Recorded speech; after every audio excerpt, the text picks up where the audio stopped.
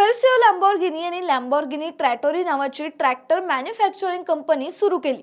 त्यांना sports car खूप आवडायच्या, त्यामुळे त्यांनी फरारी या कंपनीची 250 GT कूप ही कार खरेदी केली। आता तो मूळचा मेकॅनिक माणूस, त्यामुळे ती गाडी चालवताना त्यांना इंजिन आणखी सुधारवता येईल असं वाटलं।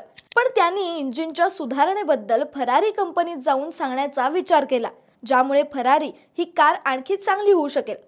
उलट त्यावर फरारी कंपनीवाले असं म्हणाले की खराबी आमच्या गाडीत नाही तर गाडी चालवणाऱ्यामध्ये। शिवाय ते त्यांना असंही म्हणाले की चांगलं हेच आहे की तुम्ही ट्रॅक्टरच बनवा।